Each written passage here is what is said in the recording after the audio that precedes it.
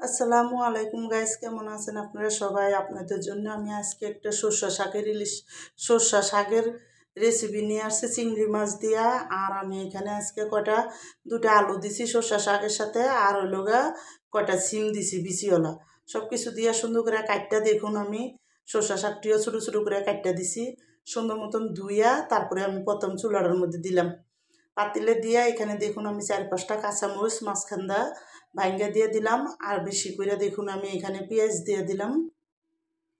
আর হলো স্বাদ মতন অল্প একটু লবণ দিয়ে দিছি, অল্প দিছি, লাগলে পরে দেওয়া যাইব। দিয়ে কিন্তু দেখুন আমি ডাইক্কা চুলার মধ্যে বসাই দিলাম। আর যখন একটু শাকটা উন্নে আইছে তখন আমি এবার পেঁয়াজটি আর শাকটি সুন্দর মতন একটু মিলাই দিব, আর ভালো মতন মিলাই দিব। আর এই সরষা শাকের থেকে অনেকটাই পানি উঠছে, এই পানির থেকে সিম আলুটাও সিদ্ধ হয়ে যাবো।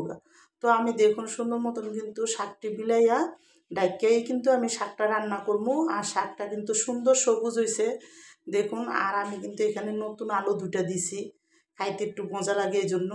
তো দেখুন এখন আমি সুন্দর মতন শাকটা যতক্ষণ পানিটা না শুকায় ততক্ষণ আমি একটু লাড়া দিয়া পানিটা শুকাই দেবো। আর শাকটা আর সিমটা যখন সিদ্ধ হয়ে যাব পানিটা শুকাইলে আমি শাকটা বাগার দেবো। তো দেখুন এখন আমি চিংড়ি মাছ দিবো। এখানে আমি দেখুন তেল দিছি পরিমাণ মতন, একটু শাকের ভিতরে কিন্তু তেল লাগে, এই জন্য আমি কিন্তু একটু তেল বেশি করে দিছি। আর এখানে আমি 2টা রসুন পুরো সুন্দর মতন ছেঁচা আর 2-3টা পেঁয়াজ দিছি আমি এখানে। তো দিয়া যখন পেঁয়াজটা লাল হওয়া পর্যন্ত আমি একটু ভাজা নিব। তো দেখুন আমার এই সর্ষা শাকের রেসিপিটা যাদের পছন্দ তারা লাইক সাবস্ক্রাইব দিয়েন প্লিজ। আমার ভিডিওটা আপনারা বেশি বেশি শেয়ার করে দিয়েন আর সাবস্ক্রাইব করে দিয়েন। আর দেখুন এখন আমি সুন্দর করে পেঁয়াজটা যখন হালকা লাল হয়ে আইছে তখন আমি ছোট ছোট চিংড়ি মাছ সুন্দর করে কুটটা ধুইয়া রাখছিলাম, ওই চিংড়ি মাছটা আমি দিয়ে দিলাম।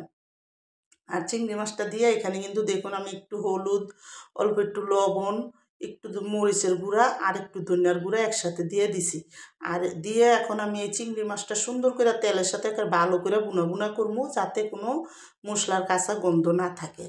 আর যখন এটা সুন্দর মতন বুনা বুনা হয়ে যাইব দেখুন সুন্দর করে কিন্তু মশলাটা বুনা করতে হইব, চিংড়ি মাছটাও যাতে হয়ে যায় আর মশলাটাও সুন্দর করে বুনা বুনা হয়ে যায়। হওয়ার পরে তখন আমি দেখুন শাকটি ডাইলে এখানে দিয়ে দিলাম, দিয়ে শাকটি একে সুন্দর করে এই সুন্দর মতো মশলাটার সাথে মিলাইয়া শাকটাকে শুকনা শুকনা হওয়া পর্যন্ত আমি শাকটা রান্না করবো।